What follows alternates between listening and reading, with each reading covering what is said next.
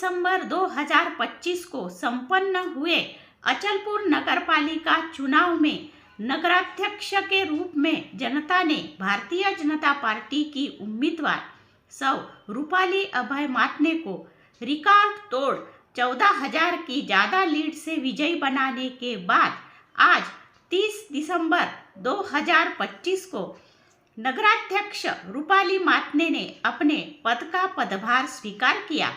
आज सुबह 11 बजे आमजनों सहित भाजपा के वरिष्ठ नेता व पदाधिकारी कार्यकर्ताओं की भव्य उपस्थिति में विधिवत पूजन पठन व मंत्रोच्चार के बीच दिव्यांगों को तिपहिया ई बाइक का वितरण कर नवनिर्वाचित नगराध्यक्ष रूपाली मातने ने अपनी नगराध्यक्षीय पारी का आगाज कर दिया है।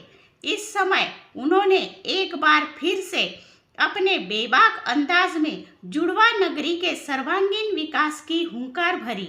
गौरतलब है कि अभय मातने की संकल्पना व मित्र मंडली के सहयोग से शहर के 50 दिव्यांगों को ई बाइक वितरित करने की सेवात्मक सोच के साथ मातने दंपत्ति ने नगर पालिका के सदन में विधिवत प्रवेश किया, जिसकी सराहना सर्वत्र शहर में देखने सुनने को मिली।